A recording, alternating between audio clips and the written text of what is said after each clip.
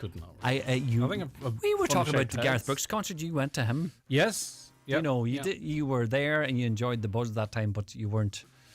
I used the opportunity for songs like Unanswered Prayers to go to the bar. The bar was empty. That's right. I love that story. It's true. One of the biggest songs. You went to the bar. The bar would be empty. I thought that was clever. Sometimes, girl, I'm off. I'm away now.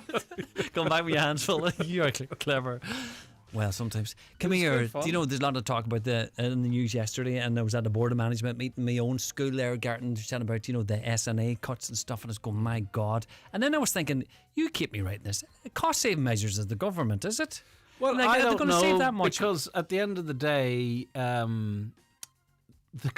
they were announced a whole load of additional SNAs in the budget, right? In budget 26. So I don't see the logic. And I would love if someone who's involved in this space sent us the guidance, right? Because there's schools that are making very strong arguments for retaining the same level of SNAs, and they're getting cut 1.5 or 2 SNAs. They're getting a lot more cuts. Yeah, as well. but I would like to see what the change in the criteria, right, that's led to that, because then you start getting to who's actually responsible. So what kind of person are you looking for then? Oh no, these things just come to us, but that's the kind of getting the background info, because if it's literally stating, cut as much as you can, that goes against really the announcements that were in the budget.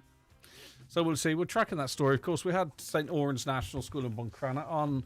There was seemingly no justification for the SNA cuts there, but they were cut significantly, and in fact, it impacts all the children too, and the teachers. Well, sure, this is it. Like, small school, larger schools, you're pulling on resources. It's not just about the individual child. Of course, because they will always give as much attention they can the teachers, but if you have less SNAs to help, the teacher's attention can be drawn to a child with additional needs, and then the rest. So it puts teachers in a very difficult position, and mums and dads as well. Yeah. All right. And there's no such thing as aliens. Barack Obama. No, he said it. So why is he retracting? Why did Trump phone him and tell him? Did they get at him? I think they got at him. They got him, surely. Come on. He spat the dummy and then he tried to, start sucking it up again. Didn't we? Yeah. No, but they are. He said it. So no, he took it back. He says. So there's no aliens now then. Space is so big. So do you believe? Why do you think he took it back? Because I think he couldn't believe how it blew up and it was misinterpreted. He must have heard us talking about it. He says, right, Lee and Gooch, Greg and Lee are talking about it. Now they know. They know. Exactly. They're coming for us. All right. I still believe you are some sort of an alien, but anyway. Let's get a news update at 9 o'clock. It's over to Donna Marie. Thanks, Greg. Good morning. Searches for information about the murders of Deirdre Jacob and Jojo Dullard may continue for some time. Excavators were brought into a quarry between Blessington and Ballantonglass yesterday to search for clues about the killings of the women in the 1990s. Gardaí say they began the operation on foot of new information, and it's the first time there's been any suggested link between the murders of Jojo and Deirdre, who disappeared 3 years apart in County Kildare. Crime editor with the Irish Sun, Stephen Breen, says the searches happened because of a cold case review of both murders. Because of the information that they had, and it wasn't searched previously, and as a result of that review by the cold case unit, the serious crime review team, it was important that it was looked at again, and as a result of that review, they have now decided to conduct a search, but they are focusing on a very specific area of the quarry. I mean, the quarry is a very remote area, it's a vast area as well, but they have information there and they are focusing all their attention on that specific area of the quarry.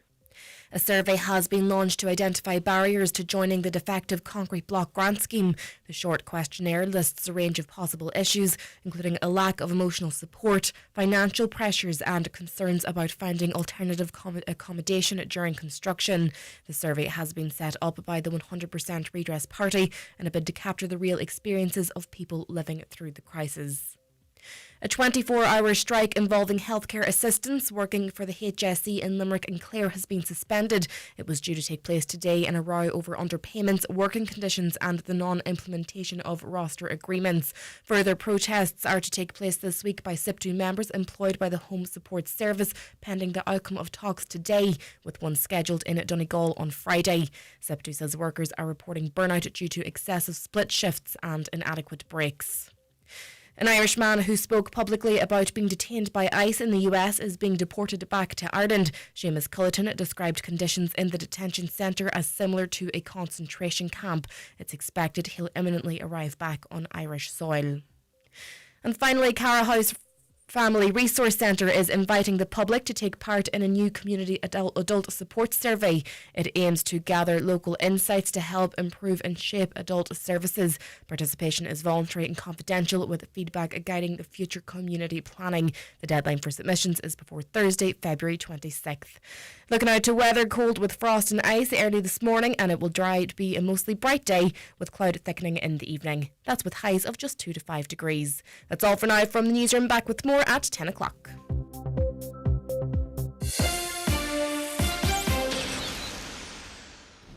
Okay, let's get started. Are you first-time buyers?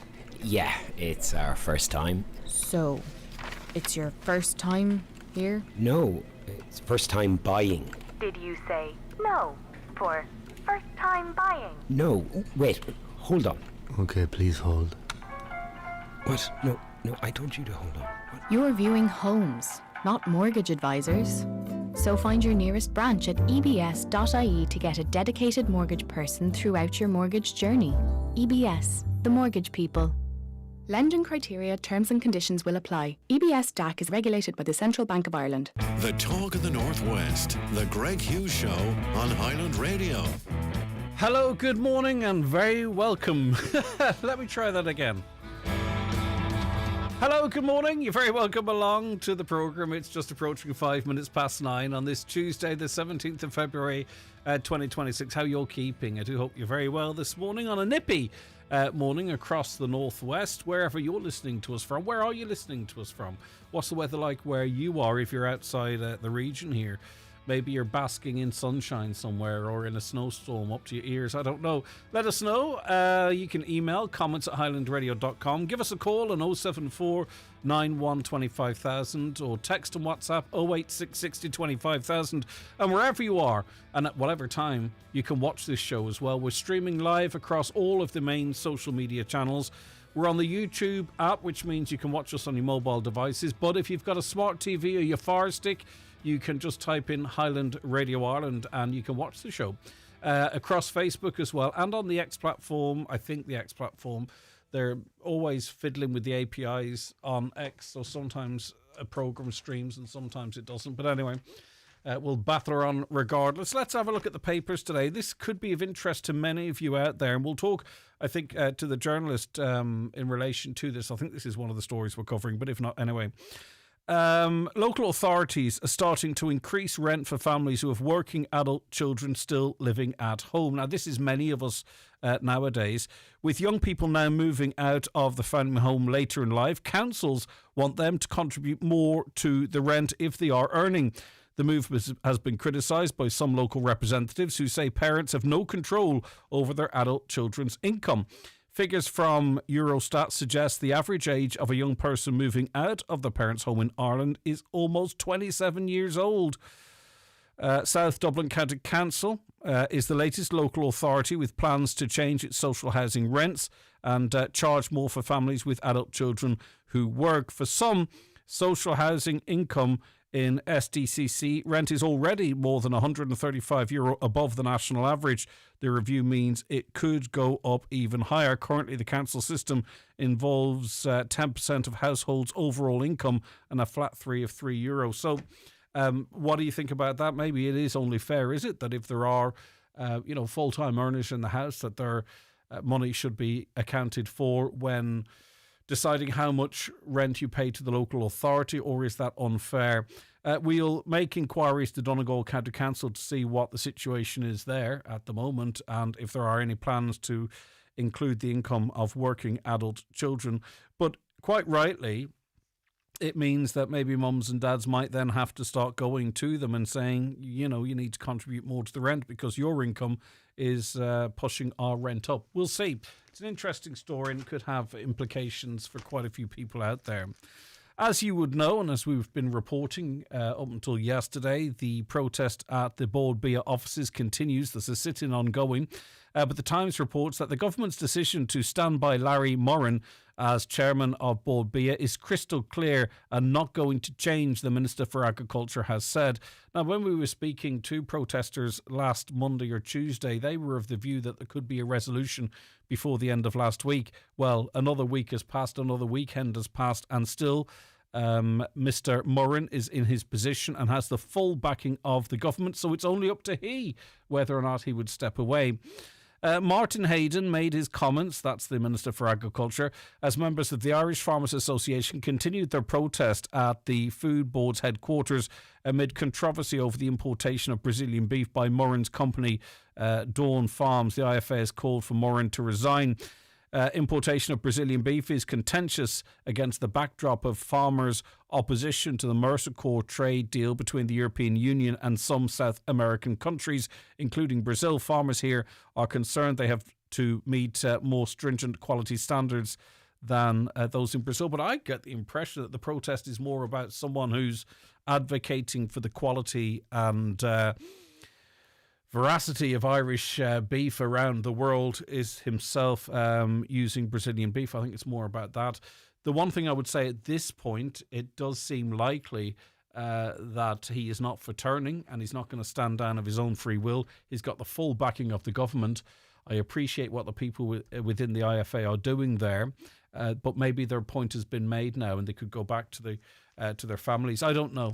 Maybe I'm giving in too easily if it were I, but anyway. There's a survey out which I think the government or any government should listen to, and that's the Irish position on neutrality. And 3/4 of us still back Irish neutrality, 3/4 of the public, I'm saying. More than 3/4 of the public still support Ireland's neutrality. A new Irish Daily Mail poll reveals. The Amarak research poll found that the level of support remains virtually unchanged in the last 4 years since the Russian invasion of Ukraine. It showed an overwhelming majority, 77%, support the existing policy of neutrality compared to 78% in 2024 and 76% in 2022. However, as the Ukraine conflict nears its 4th anniversary, support for NATO intervention has fallen significantly among the public, down from a majority of 57% in 2022 to 43% now.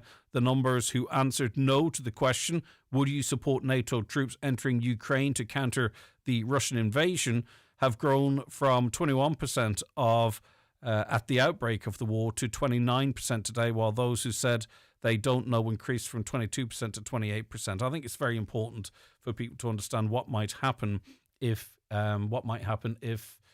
NATO were to go into Ukraine. You're looking at a third world war there, and your kids and yourself potentially being dragged into it.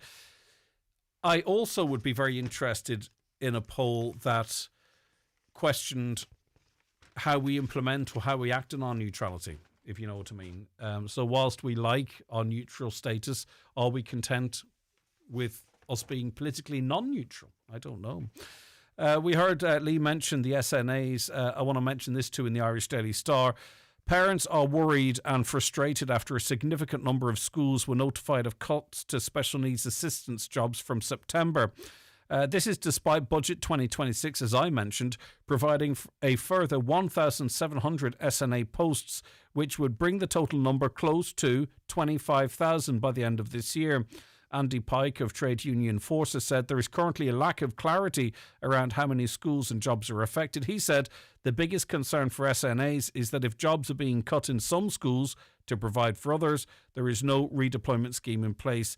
He added one worry SNAs have working in mainstream schools is that the National Council for Special Education is applying quite a strict interpretation of the current criteria for students receiving SNA support to restrict it only to those students who have physical care needs. So again, you know, we did hear from St. Oran's School last week. If your school is affected by that, please do let us know. And in the Irish Daily Mirror this morning, Mary Lou McDonald has confirmed Sinn Féin will boycott St. Patrick's Day events in the White House next month. Last year, the party decided not to attend over US President Donald Trump's support for Israel. Sinn Féin hold engagements in Washington, D.C. the same week the Taoiseach visits as part of the government St. Patrick's Day programme. Taoiseach Micheál Martin will be travelling to Philadelphia this year and Washington, D.C., where he'll meet Trump. Miss McDonald said her party will continue to boycott events as the situation in Gaza remains dire. And I think we all can agree. But it got me thinking about, potential a la carte boycotts, if you don't mind me saying. And I just want to put this out there as a conversational piece, and it's not the views of Highland Radio or whatever. It's just some thoughts were running around in my head. And, the recent demand by Sinn Féin for a sporting boycott against Israel potentially raises an interesting question. Where exactly do we draw the line for international protests? While the crisis in Gaza is horrific, the logic behind which nations we isolate and which we embrace is becoming increasingly inconsistent, you could argue. Sinn Féin has already set a precedent by boycotting the White House this St. Patrick's Day, citing, as I just mentioned, the US role in facilitating the conflict. Yet, this principled stance seems to stop at the stadium gates. If American policy is enough to keep politicians away from Washington, or at least away from meeting Donald Trump, why isn't it enough to keep our athletes off the field or out of the boxing ring when facing the US in football, boxing or athletics? We're told we must not play Israel because they are the direct actors. Very few people disagree with that. Yet there is no call to boycott the United States, despite them being the primary enabler, providing the munitions for that same war. So a boycott arguably only carries moral weight if it's applied with universality. When we pick and choose our outrages based on political convenience, we trade principles for posturing. You simply cannot claim, can you, the moral high ground while playing an a la carte with your conscience. So what do you think? It's one of those things that kind of confuses me about boycotts and calls, because you're like, well, definitely there, a little bit here, nothing there. Really, and if you're going to take a principled stand, surely if you boycott Israel, you boycott America, do you not? Because it is the very same signed bombs in some occasions that are dropped on those innocent people, those innocent lives, those children that were destroyed, not just their lives, but their literal physical being destroyed. It was US bombs that did that. And surely it could be argued that if you have such a strong boycott of Israel, you must also then have equally as strong a boycott of the United States, especially if you go as far as to say we're not meeting the president. But then you say, okay, but we can go in there a little bit, we can a little bit be in America and not go so far in certain protests. I mean, does that sit awkwardly for any of you out there? I don't know. As I say, it's just a conversational point. I'm not focusing on one political party. We see it a lot. But, all-out opposition to Israel, kind of opposition to the leadership of the United States. Generally, the United States is grand, I don't know. It is their bombs. It's quite literally their bombs that destroyed Gaza and destroyed the people physically and spiritually in Gaza as well. So I don't know.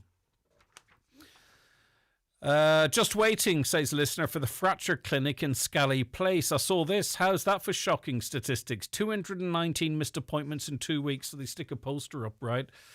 So the missed appointments, 15 55 fracture, 39 paediatric medicine, 25 orthopedics, 15 neurology, 15 general surgery, 10 general medicine, hematology 11, respiratory medicine 12, ears, nose and throat 8. We're not a county of 1 million people. Why are we missing so many of these appointments in the outpatients department? 219 between the 15th and the 31st of January. What's that down to? Maybe you're one of those people that didn't attend. I don't know. I do know. What I do know, though, because I've come across these people in my own life, there are those that damage an ankle playing football or something along those lines, and they're back up and at it, maybe playing football again, back at work, and they get a letter to go along to one of those appointments. But that would only be a rare occasion. That doesn't really cover it all, does it? So what do you think? 086 60 25,000. And another message I received via social media. Hi, Greg. I wonder if you could ask your listeners what their opinions are on the price of races. I'm a runner myself, and I find I can't afford to pay these prices anymore. It's so sad, as I love these races and the social side of them. It's great for the mental health. There is a run on Sunday. It's €10 if you book online, but it goes up to €15 on the day, which is crazy.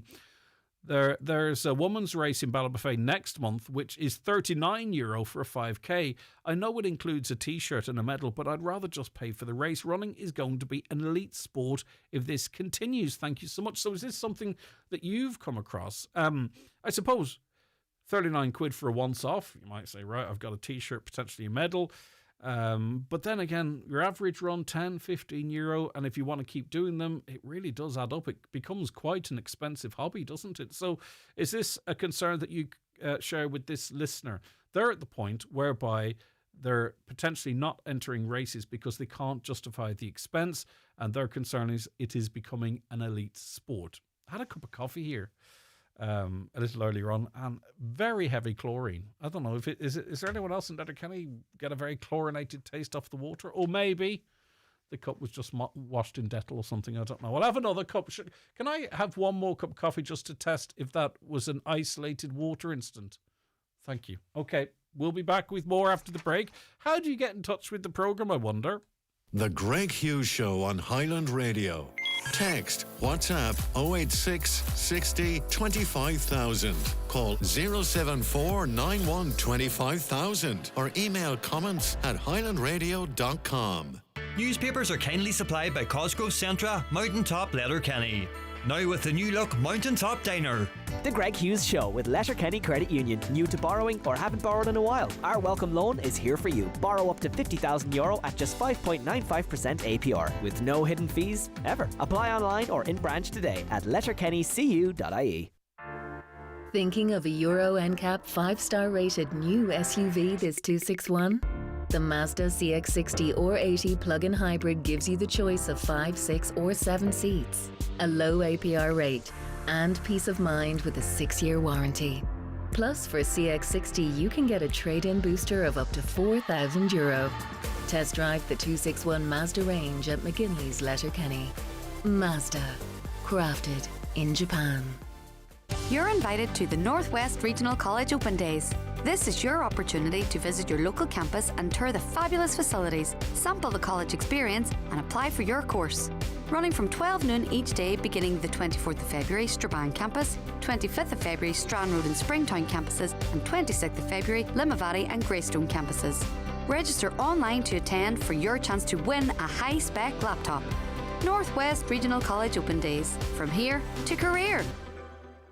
Welcome to Cherrymore Kitchens and Bedrooms in Donegal Town. Discover affordable luxury with our bespoke fitted furniture solutions. With almost 30 years of serving Ireland and the Northwest, we're your trusted experts. Visit us Monday to Friday 9 a.m. until 5 p.m. and on Saturdays from 9 a.m. until 3:30 p.m. Book your free consultation today on 074 9725822 or visit cherrymore.ie. Cherrymore Kitchens and Bedrooms, where affordability and luxury combine. When it's time for confirmation or first communion, it's time for a trip to Watson Menswear in Letterkenny.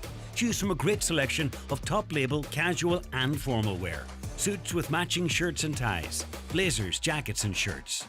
Also denims, chinos and footwear from big names like Diesel, Cavani and Tommy Bow. And one lucky customer will win their money back. Stand out on the big day at Watson Menswear. Open 7 days a week, Main Street, Letterkenny, and online at watsonmenswear.com. Highland Radio Time Checks brought to you by EirGrid, the operator and developer of Ireland's electricity grid. EirGrid, powering up communities, powering up Ireland. The time is 9:22. In relation to potential charging or increasing of rent with adult children in social housing, a caller says most of these adult children are saving for a deposit. If you start taking rent off them, they're never going to be able to save for the deposit, which therefore defeats the purpose of them saving in the first place. Great point. What is happening in Gaza is not a war, it's genocide. Yes, indeed. That's broadly accepted, I think, at this point. But thank you for the clarification. Thank you for your view. That sounds like I'm being smart, which I'm not. Tommy McBride is owner of Key West Restaurant in Derry, and he joins us now. Hi, Tommy. Hi, Greg. You've been quite vocal publicly in relation to raising rates and the pressures, I presume, that's putting on businesses like your own, Tommy. That's correct, yes. That is very challenging at the minute, and increasing in rates is certainly not helping it. What are the greatest challenges at the moment? Is it the same across the board? It's electricity, it's input costs, etc., wages? Well, everything really. It's just a build-up. I put a post up on social media just showing the electricity bill for January for the restaurant here, and it was the reaction to that was expected. I suppose everybody was shocked. I don't think anybody would expect a restaurant like Hughes to have a 1 month bill of 10,000, roughly just approximately £10,000. So I mean, and the reason why I put that up was probably to make the politicians aware, make the general public aware that, it's a very challenging time, and we can't afford just to be like the punch bag continuously for price increases from just about every direction at the moment. Like, I'm not asking you to answer this, but I'm just supposing when you say that, say you start the 1st of February, and, it's a busy restaurant and all that type of stuff, but, what day of that month do you get to whereby you've cleared 10,000 after other expenses that pays for the power before you can actually start accumulating a profit? Like, that's a massive amount of money. That's a massive amount of covers. I mean, we didn't make any money in January, and we probably had our busiest January for probably since we began. We were very busy. But the running costs are just becoming so prohibitive. You're looking at it in quarters now. You can't look at it on a weekly basis or a monthly basis. You have to take it over a quarter.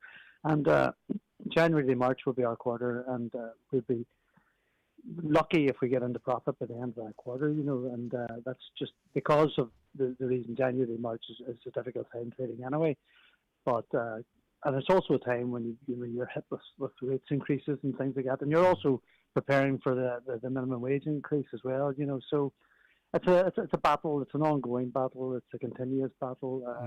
We are very lucky. We're one of the busiest restaurants, and we're finding a struggle. So I can only imagine what everybody else in the industry is suffering right now. Like, so it's because these costs, I presume, Tommy, they put the squeeze on the good months that carry you through the good quarters that carry you through the weaker quarters. So you know what I mean. You almost look at it then across the year, and I suppose one of the things that's locally potentially within the gift, it seems we can't get a handle on input costs or the likes of electricity, but rates is that thing that potentially elected politicians can look at and say, right, well, we have the opportunity maybe to give these businesses a break. The politicians are my biggest problem at the minute, really, because they're taxing us out of business. The biggest, I mean, we've got accustomed to the minimum wage, so we know that come April there's going to be a minimum wage increase, and that's going to affect right across your whole employment base, the cost of them. But so you're factoring that in.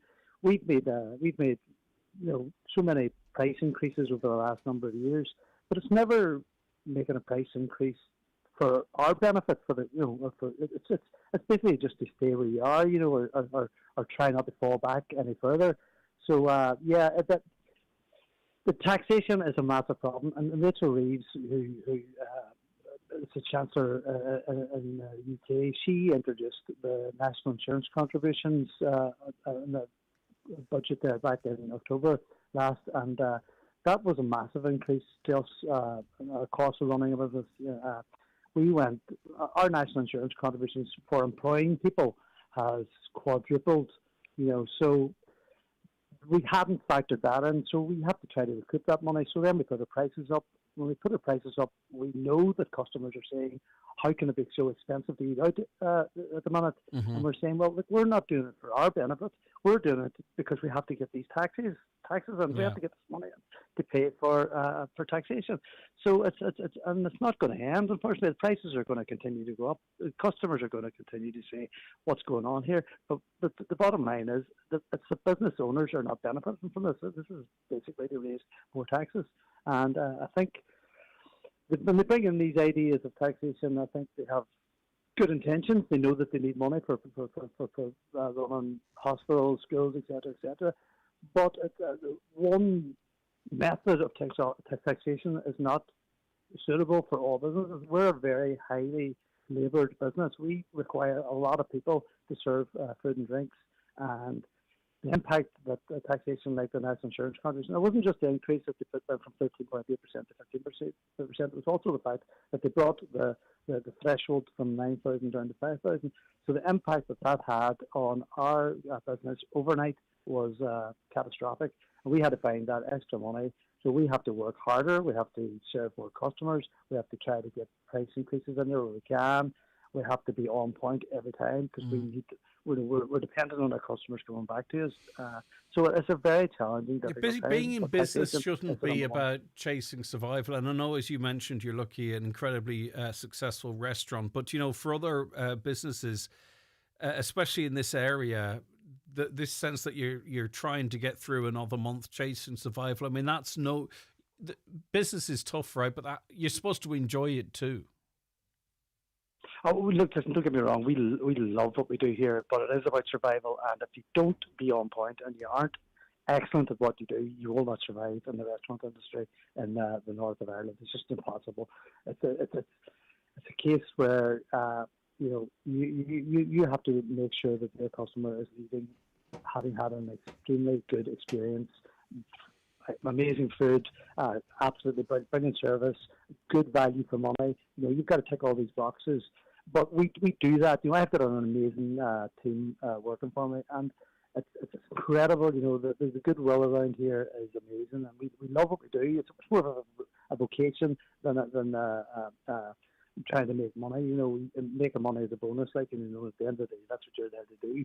You don't always do that, but that's the end game, and that's a bonus if you get that. But I just love.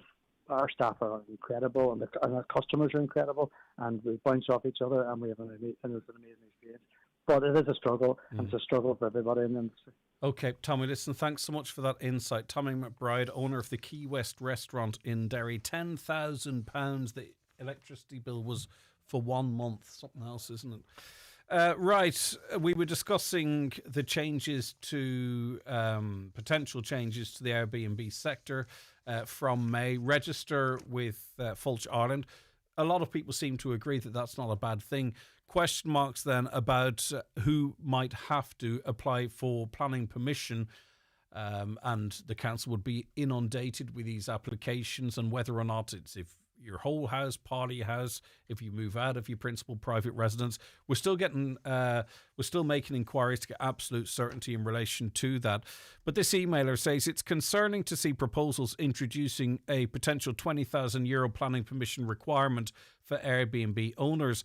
Many hosts are ordinary homeowners renting a spare room or property to earn a pension or supplement their income, not large-scale investors. Imposing such significant cost risks pushing small operators out of the market while failing to address the root cause of the housing crisis. This is why in at least the original draft proposals, that situation would be excluded from planning. But there seems to be some information given to me yesterday that now it's the case that it might be included. But anyway, the emailer goes on to say, for over a decade, Ireland has consistently built below actual housing need, often 20 to 30% under required annual delivery, creating a cumulative supply gap. Targeting short-term rentals may create a short-term shift in supply, but it could also reduce tourism accommodation, increase hotel room demand, and allow hotels to charge higher rates due to reduced competition. The core issue remains systemic under-delivery of housing year after year, not small-scale hosts trying to earn an additional income. And I'll thank you very much for that. And yes, and I've said it on this programme before, and it's been a question for representatives from government. When you're going at other sectors to try and fix the housing problem, if that's part of the reason for doing this, it is kind of also looking in the mirror to say, well, what's caused this problem in the first place? And you're looking for the private sector, or private homeowners to fix your problem. Greg, most holiday lets are entire homes, not rooms in a home. Have some sympathy for people relying on the money. I have all the sympathy in the world, but I do have to sit here and try and get to the bottom of what the story is. And I pointed out on many occasions that my understanding of the draft legislation, at least, was that renting a room out in your home wouldn't require planning. And I was told yesterday that that's not the case. Very sympathetic to everyone's position, don't get me wrong. Greg, you are wrong. You'll still need planning permission to advertise a holiday let, even if it's your principal private residence, and that could include having to fireproof doors, etc. Donegal County Council is charging €10,000 plus for a change of use planning. Let me see other stories here. Sorry, sticking with Airbnbs. A lot of people with second homes are putting them into trusts so that the government can't get them. Also, defective concrete block houses are making a joke out of the scheme. They are putting in for planning, looking for castles when the original was a 3-bed. Haven't heard any cases of that where people are trying to increase the sizes of their homes. What I've heard is that people want to build smaller homes but maintain the full grant. Can you please ask Councillor Michael McClafferty what is the story with someone building on the N56 and using an existing road entrance? Our son is trying to build beside us and would be using our driveway onto the N56 as it's quite a long driveway.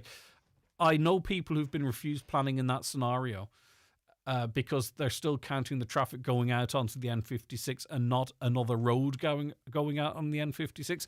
I'm not sure if that's the actual planning guidance, but I know for a fact, because I've been contacted by 2 or 3 couples who couldn't get planning permission even though their entry was onto a road going onto the N56 and not the N56 itself. Right, back with more in a moment.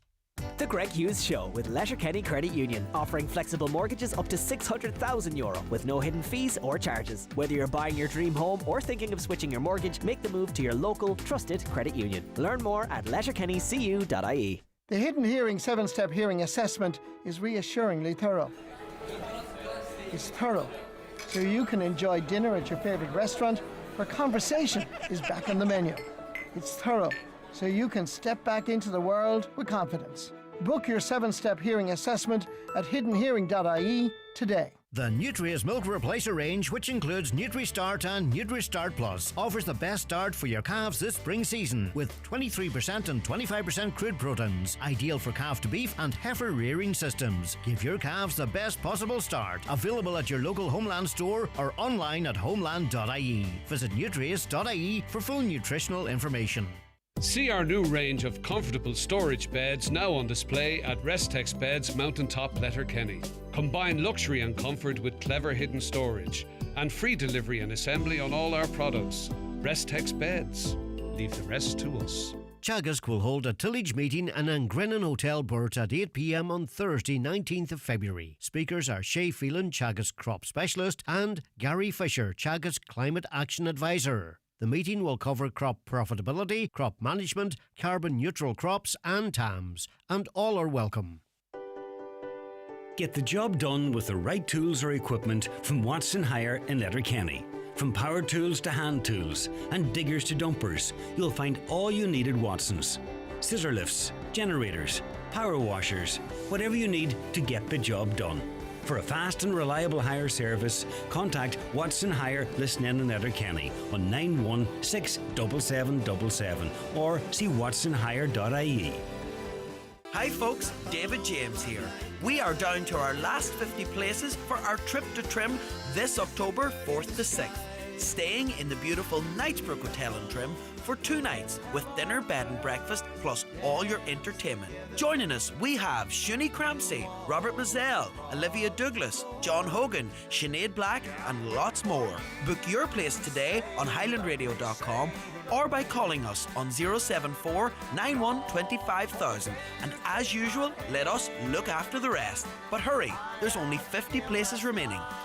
Irish scientists, we read, have discovered how to predict the world's deadliest scorpion hotspots. An international research team from the University of Galway has learned how to pinpoint where dangerous scorpions are most likely to be found. It could help shine a light on flashpoints for scorpion stings in tropical regions across the globe. And, in case you weren't aware, globally scorpion stings are estimated to claim the lives of more than 3,000 children annually. Dr. Michael Dugan is head of the Venom Systems Lab at University of Galway and senior author of this study, and he's with me now. Good morning to you. Thank you so much for your time. Good morning. Right, so how did you go about finding out this information? Oh, well, first it took actually several years of fieldwork. So we had to actually roam the mountains and deserts and so on and collect scorpions, several hundreds of them. Actually see which species lives where, and then we collected actually records from different online platforms. Then we looked at over 24 environmental variables that might explain the distribution of those different species, and we used a machine learning software and algorithm to try and train that software to actually explain and find the areas where those species would live specifically. And is there a variance in the toxicity of a scorpion bite, or is it in certain areas they're more likely to go for human? So it's actually a combination of both. Each species of scorpions will have its own venom profile. And this is the whole difficulty in trying to treat scorpion stings, is that it's very difficult to make the difference between a black scorpion that is harmless and another black scorpion living in the same area that is potentially deadly. So it was very important to try and really map those kind of habitats, specific habitats, where the most dangerous species live, so the resources can actually go to the right place and to the right people. And is that how potentially lives are saved then, that resources are targeted? Absolutely, because the essence of an appropriate treatment is the speed at which it is given. When a child gets stung by a dangerous scorpion, that child may have only a few hours before very severe symptoms set in. So resources need to be close to those areas. We sometimes can't transport those victims to a regional or national center for the treatment of those things. Yeah, okay. And your lab has also been looking at mosquitoes, Irish mosquitoes. Is that correct? Actually, no, my lab hasn't been looking at mosquitoes so far. We've been working a lot on spiders, but not mosquitoes. Okay, no problem. It's just a little note that I have here.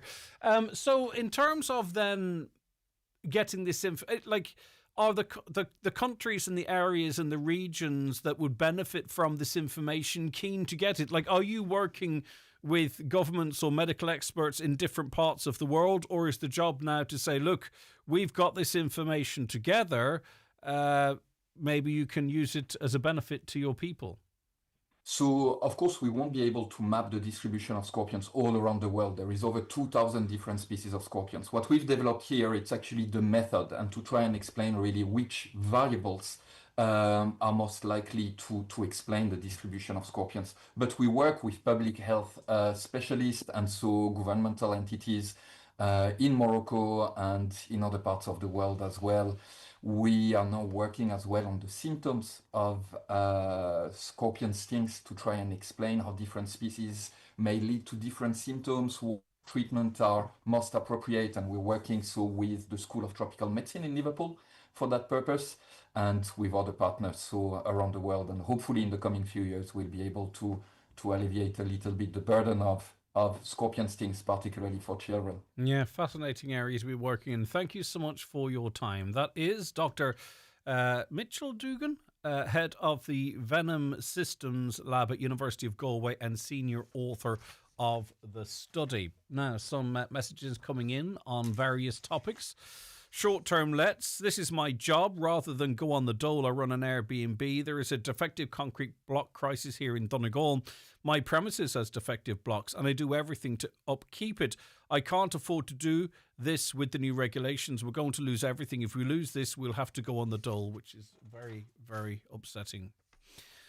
On the issue of going to a game, a GEA game for that matter, I left 2 girls off at the Donegal game on Sunday. We paid for 2 seated seats. The season ticket holders get first come, first served seats before everyone else. When we asked where they were, we got told it's first come, first served, and they're all gone. But we argued we've paid for them. She then said there was 6,000 seats sold, but there's only 2,000 seats, so they are gone. How is this fair? I think some people are aware of this and get to the ground as early as is possible. How is it fair to sell seated seats 3 times the capacity? I don't know the ins and outs of it. Let me know. 086 60 25,000. Hi, Greg. This is about the story regarding the Ballymacool Residents Association being unhappy with parking congestion caused by supporters attending the Donegal versus Mayo game. It highlights that Letterkenny may not be suitable for such large attendances, as parking is a major issue, especially with the narrow road leading to O'Donnell Park. Another on the issue of the GEA. I attended the Donegal match yesterday, which we got this text yesterday, but they mean on Sunday. As I have a disability, we parked in at the pitch in disability parking. There was one queue at disability parking, but the stewards made me walk to the end of the crowd. Awful setup, they say. Greg, is it true that all media in Ireland were instructed to play down the controversy about the supporters of mass murderers getting to play in Ireland? No, there is no, I mean, what you will have is maybe, I don't know, News Talk or RT, they might have some sort of an editorial policy, I don't know. But there is no system of influence on me, for an example, or this programme or this radio station. And I would tell you straight up if there was, there's no means or mechanism, or it's never happened to influence our output, if that makes sense. So maybe it does happen elsewhere. I don't know. All I can say, honestly, hand on heart. So there's no guidance or advice or whatever it is. We editorialize ourselves. We are responsible for our output.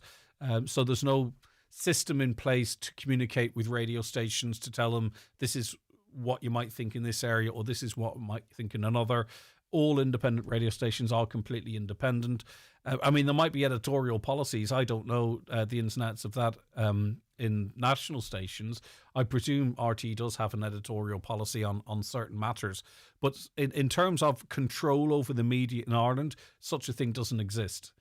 And that's the God's honest truth, and I would tell you straight up. And in fact, to be honest with you, I wouldn't even be working in this space the only thing we are guided by would be, libel laws and things like that, if you know what I mean. Offence, swearing, harming someone's reputation, false accusations, false claims. But in terms of what you can talk about, how you can talk about it, there's no overpower, no overarching pulling the strings anywhere. Certainly not that I'm aware of, and I've never ever heard of such, and I imagine that I would. Right, let us take a break. We're going to go back actually to the Ballymacool Residents Association and the situation facing them after this break.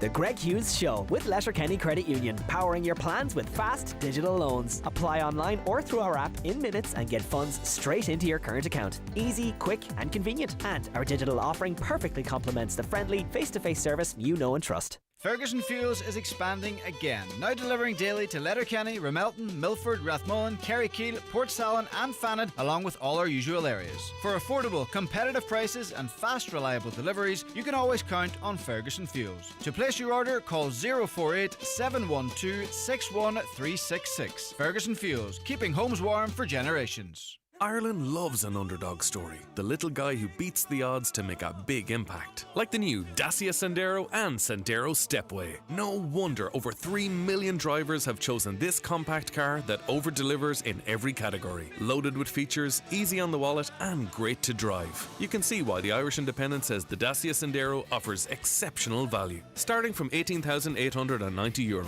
Dacia. Drive more for less. Price excludes delivery and related charges. T's and C's apply. See dacia.ie. Kenny. Spring has sprung, so get garden ready at Lidl's garden event from Thursday, February 19th. Rake in the savings across our range of tools, plants, flowers and accessories. Everything you need in spades. And clean up with €50 off our Power Plus pressure washer, now $229.99 while stocks last. Lidl, more to value. Luxury living begins at the heart of your home, your fireplace. At Sprat Fireplaces, Newmills Letterkenny, we offer statement fireplaces, bespoke surrounds, and a wide range of stoves, including gas, wood burning, pellet, and bioethanol models. No chimney? No problem. We'll help you choose and install the perfect solution. Stylish, efficient, and tailored to your home. Call 074 91 24144 or visit spratfireplaces.ie. Sprat Fireplaces, bringing comfort and style home. Milford Tiles, Milford Retail Park. Tiles, bathware and wood flooring. The best quality and value in the Northwest. Fully stocked and ready to go. Fitters and delivery available. 10% off for Mica affected customers. Don't forget to ask about our 5-day bathroom fit out. Call Milford Tiles on 083 091 0707. Highland Radio weather updates with McElhenney's. Looking for the perfect outfit for an upcoming event? We have new occasion wear styles arriving every week. Visit us in Ballybuffet or shop online at mcelhenneys.com. Cold with frost and ice to begin. It will be dry and mostly bright today, but with cloud thickening in the evening, highs of 2 to 5 degrees. Right, so we're joined on the programme now by Cathal McGlynn of the Ballymacool Residents Association. And I would say it's a tricky one, Cathal, this, in that, sport brings joy and it's great. And I'm sure residents are Donegal fans and want to see the team do well, but also want to see people enjoy themselves and go to the games. But there comes a point where it encroaches on your own sort of existence that you have to sort of speak up. Yeah, Modern Way, Greg. Thanks for having me on here.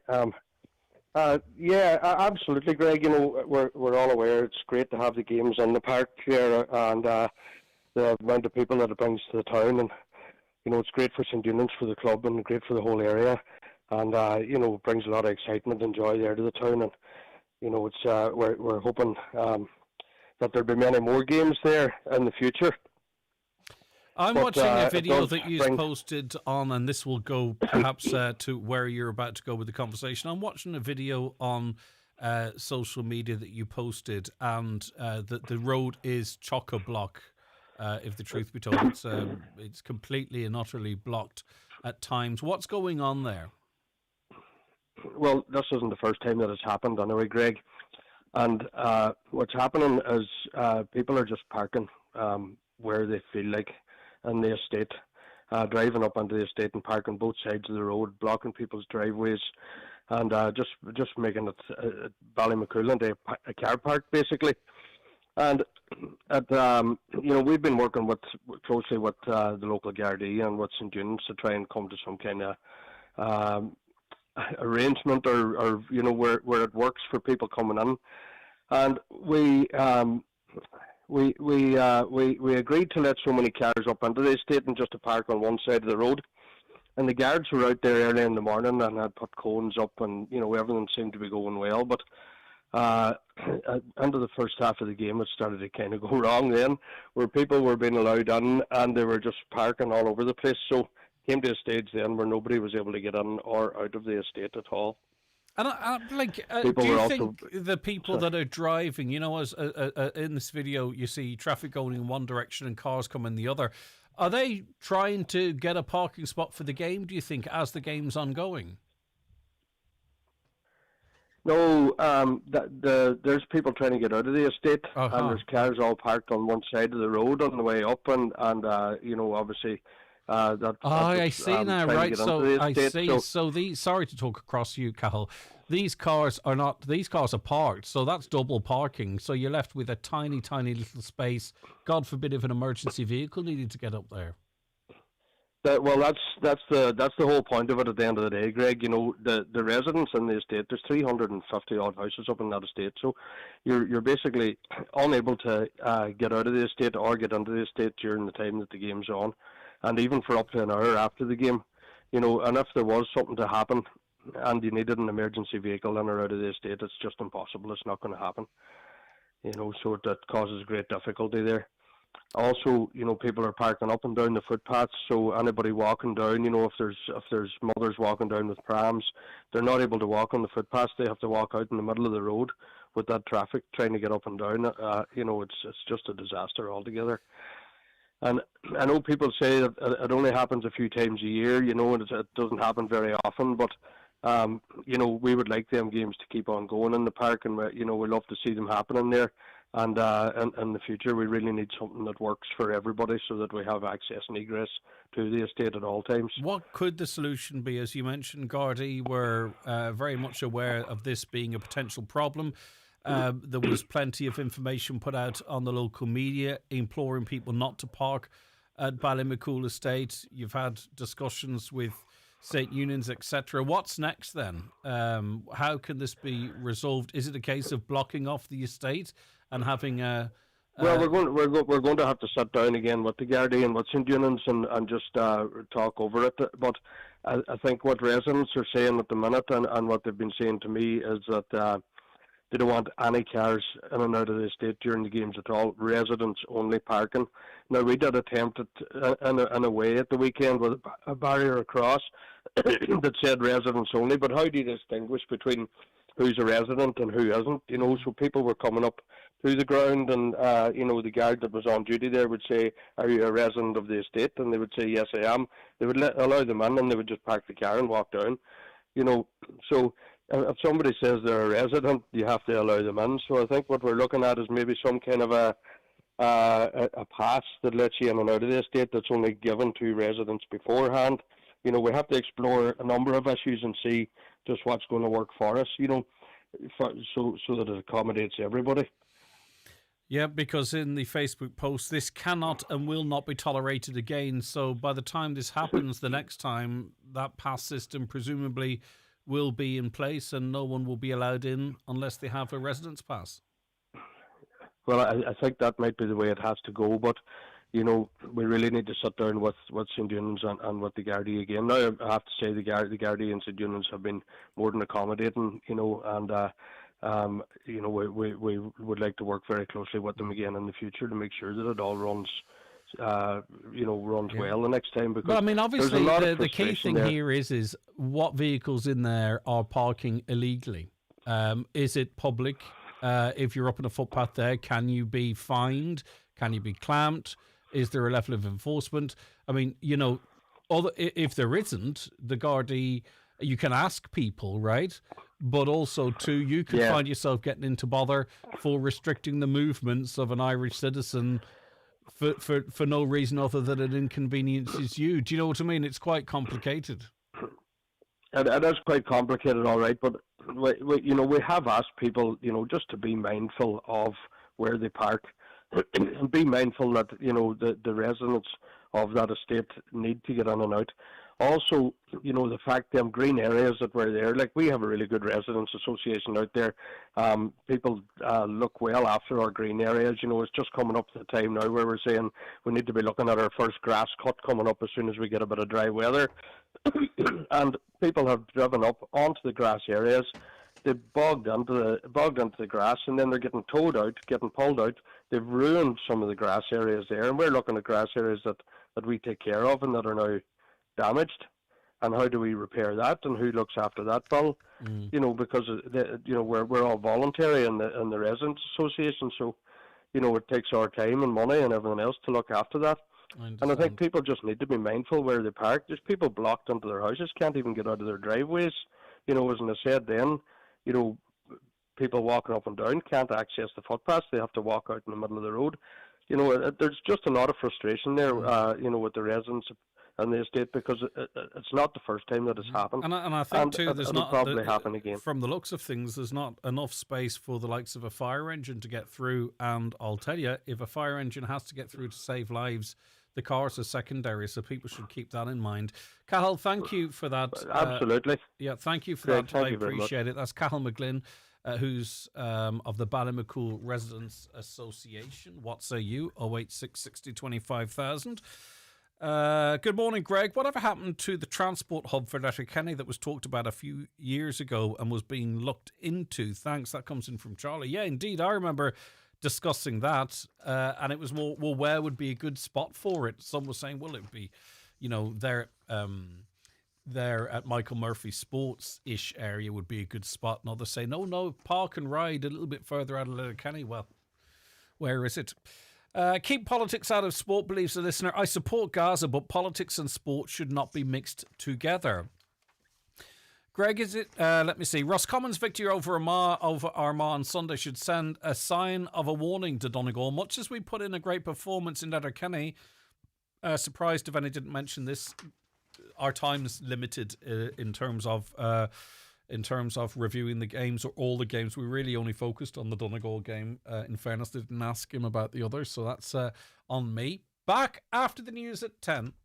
The Greg Hughes Show with Letterkenny Credit Union. New to borrowing or haven't borrowed in a while? Our welcome loan is here for you. Borrow up to €50,000 at just 5.95% APR with no hidden fees ever. Apply online or in branch today at letterkennycu.ie. McGowan Hearing, one of the longest established audiologists in the Northwest, now have weekly clinics in Letterkenny, Buncrana and Carndonagh. Book your free hearing aid consultation at one of these clinics or with audiologist Darren McGowan in your own home. Call 07191 00208 or visit mcgowanhearing.com.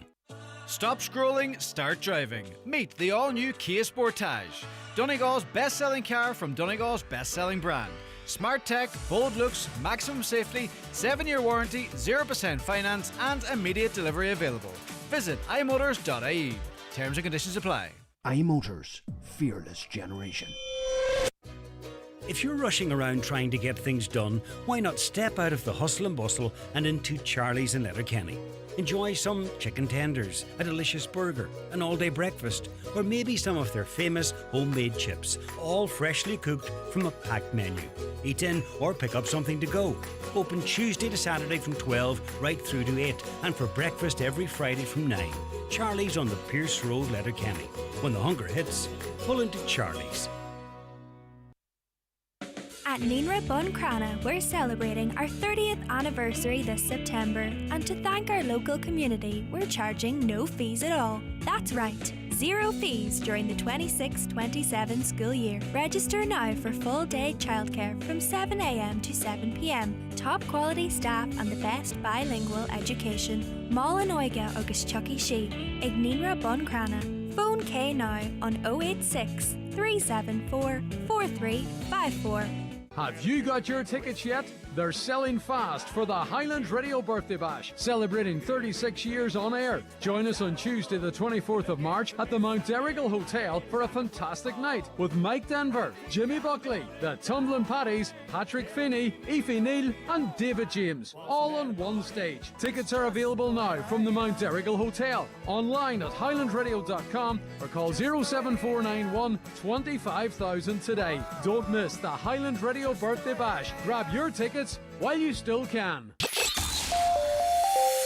Live, on air, online and on the Highland Radio app. This is Highland Radio News. Good morning, it's 10 o'clock. Donald Kavanagh at the news desk. Donegal and the border counties could lose out on funding for major projects as a result of an EU classification of the region's economic status. The EU has upgraded the status of the West and Northwest to economically more developed. That means the amount of EU funding for major projects now falls from 60% to between 40 and 50%. The reclassification follows the release of new figures showing that GDP in the region has risen to 104% of the EU average. However, Councillor Jack Murray, who chairs the Border Strategic Planning Area, says this figure hides a stark disparity within the region. The European Commission has today announced that it's treating the entire northern western region now as a developed region rather than a region in transition based on the GDP of the people of this region, but that's driven primarily by Galway City. Galway, Mayo and Roscommon have a GDP of about 130% of the EU average, whereas Donegal and other border counties are only at 70%, so we're still considerably lagging behind. Galway has very, very little economic impact on Donegal. Very few people will be employed in Galway from Donegal, but we're going to be punished nonetheless. A survey has been launched to identify barriers to joining the defective concrete block grant scheme. The short questionnaire lists a range of possible issues, including a lack of emotional support, financial pressures and concerns about finding alternative accommodation during construction. The survey has been set up by 100% Redress in a bid to capture the real experiences of people living through the crisis. A 24-hour strike involving healthcare assistants working for the HSE in Limerick and Clare has been suspended. It was due to take place today as part of a row over underpayments, working conditions and non-implementation of roster agreements. Further protests are to take place this week by SIPTA members employed by the Home Support Service, pending the outcome of talks today. One is scheduled in Donegal on Friday. One scheduled for Donegal last week was also deferred. SIPTU says workers are reporting burnout due to excessive split shifts and inadequate breaks. X's use of the Grok AI tool is the subject of a new inquiry by the Data Protection Commission. The regulator is looking into concerns surrounding the creation of potentially harmful, non-consensual sexualised images on the platform. The purpose of the inquiry is to determine whether X has complied with its obligations under GDPR. Technology correspondent Jess Kelly has been outlining what rules the social media company must follow. If you and I were to go into business tomorrow and we were to launch a new product, we would have to do, if there's any data involved, a data impact assessment, essentially. We would have to see how are we going to process people's information, how are we going to handle it, how are we going to react if and when something goes wrong. So the DPC is going to investigate as to whether or not those measures were in place. Gardaí have restarted their excavation of land near the Kildare-Wicklow border in the search for two young women missing since the 1990s. It's the first time a combined search has been carried out for Jojo Dullard and Deirdre Jacob. Ellen Butler is there. A small number of forensic specialists have returned to the site here at a quarry in Castleruddery in West County Wicklow. A digger is currently excavating soil as Gardaí search for evidence which may explain what happened to Jojo Dullard, who was 21 when she vanished from the village of Moon in 1995, and Deirdre Jacob, who was 18 when she was last seen outside her home in Newbridge in 1998. The operation, which was launched yesterday, is the first time both investigating teams have jointly focused their efforts on one area of land. They continue to appeal to anyone who may have information, regardless of how insignificant it may seem, to contact them. Ellen Butler in Castleruddery, County Wicklow.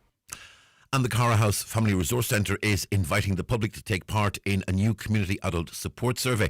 It's intended to gather local insights to help improve and shape adult services. Participation is voluntary and confidential, with feedback guiding future community planning. The deadline for submissions is before Thursday, the 26th of February. Looking now at the weather forecast for this Tuesday morning. Cold with frost and ice to begin. Dry and mostly bright today with cloud thickening in the evening. Highs of just 2 to 5 degrees Celsius, mostly moderate easterly winds. Tonight it'll become wet and windy overnight with outbreaks of rain widespread, possibly falling a sleet or snow at times, particularly in the northwest on higher ground. Lows of 0 to 3 degrees Celsius with... The obituary notices this Tuesday morning, February 17th. The death has occurred of Margaret Martin, Bonington, Glenvar. Wake and funeral arrangements are to be confirmed later. The death has taken place of Sally McGrory, nee McCollum, Newton Rathmullen, reposing at her home today from 5 o'clock until 10 o'clock and tomorrow from 11 a.m. until 10 o'clock. Requiem Mass on Thursday at 11 a.m. in St Catherine's Church, Ochterlin. Burial afterwards in Rathmullen Cemetery. Family time on the morning of the funeral. Family flowers only. Donations, if desired, to Archview Lodge Nursing Home Residents Comfort Fund, care of any family member. The death has taken place of Paddy Mullen, 22, Woodbrook Village, Omagh, formerly of Church Street, Strabane, reposing at his home today at 11 o'clock. Funeral leaving his home on Thursday at 10 a.m. for Requiem Mass in the Sacred Heart Church, Plumbridge at 11 o'clock. Interment afterwards in the adjoining cemetery. Family time, please, from 10 p.m. to 11 a.m. of the funeral. The death has occurred of Joe McGrath, Spinog Burt. Joe's remains will be reposing at his late residence today from 3 o'clock. Removal from there on Thursday morning at 10:30, going to St Angus Church, Burt for Requiem Mass at 11 o'clock, followed by interment in Burt Cemetery. Requiem Mass can be viewed on churchservices.tv. Family time, please, from 11 p.m. to 11 a.m. and on the morning of the funeral. The death has occurred of Sandra Scanlon, Dublin, formerly of the Bungalow Convoy. Sandra's remains will be reposing at Terence McClintock's funeral home Convoy today from 2:30 until 4:30 and 6:30 until 8:30. A service of thanksgiving for Sandra's life will take place in St Ninian's Parish Church Convoy tomorrow at 2 o'clock with burial afterwards in the adjoining graveyard. Family flowers only, donations in lieu if desired, to New Park Care Centre Patients Activities Fund, care of any family member or Terence McClintock Funeral Director. The death has occurred of Josephine Josie Chambers, née Porter, 2 Sesha View, Donegal Road, Ballybuffet, formerly of Cavan Hill, Lifford. Josephine's remains are reposing at her late home in Ballybuffet. Funeral leaving her late home tomorrow at 10:20 for Requiem Mass in the Church of Mary Immaculate Stranorlar at 11 o'clock. Interment afterwards in Drumbo Cemetery. The Requiem Mass will be streamed live via the parish webcam. Rosary nightly at 9 o'clock. Family time please on the morning of the funeral. The death has occurred of Kathleen Breslin, Lower Monargan, Ardra. Funeral Mass in the Church of the Holy Family, Ardra, today at 11 o'clock. Burial afterwards in the adjoining graveyard. Family flowers only please. Donations if desired to the Donegal Hospice, Letterkenny, care of McCabe Funeral Directors. The funeral Mass can be viewed on mcn.live. The death has occurred of PJ Murray, Mina Goland, Crossroads, Killygordon, reposing at the home of his brother Seamus Murray, Carrick McGrath, Ballybuffet today from 12 noon until 9 o'clock. Rosaries at 9 p.m. Funeral leaving there tomorrow at 10:30 for Requiem Mass at 11 o'clock in St Mary's Church Session Neil, interment in the adjoining churchyard. The Requiem Mass can be viewed live via the parish YouTube channel. Family time on the morning of the funeral please. The death has occurred of Paddy Doherty, Sean, Tulmore Glenneely. Funeral from Eamon McLaughlin's funeral home this morning at 10:20 for 11 o'clock Requiem Mass in St Mary's Church Bocken, followed by burial in the adjoining cemetery. Requiem Mass can be viewed live on culdafparish.com. Family flowers only please. Donations in lieu if desired to the Patients Comfort Fund, Carndonagh Community Hospital, care of any family member or Eamon McLaughlin Funeral Director. For family information and more details regarding wakes and funerals, please go to highlandradio.com.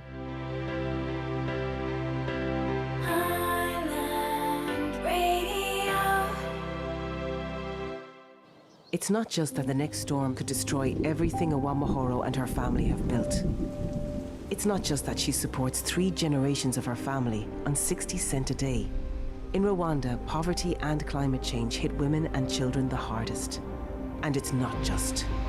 Please support the Trócaire Box Appeal this Lent, because it's not just a box, it's a lifeline. Visit trócaire.org or call 1800 408 408. Trócaire, together for a just world. And you're very welcome into the second hour of the Greg Hughes Show here on Highland Radio. Coming up, we have Community Garda Information. Garda Gráinne Doherty is going to be joining me with the very latest appeals and information from An Garda Síochána. That's all on the way. On the issue of disease, we had a Centre for Disease Control here in Ireland, one of the 2 in the world. It was shut down before the COVID-19 pandemic. It's been highly regarded throughout the world. Why did the government close it down, which turned out to be a very small cost to the country, which not only served Ireland, but the wider world? I sometimes listen to Highland Radio on the Radio Garden app, but Highland is stuck in a 5-second loop from Greg's show last Thursday. I cleared cache, etc. on the app, but it's still happening.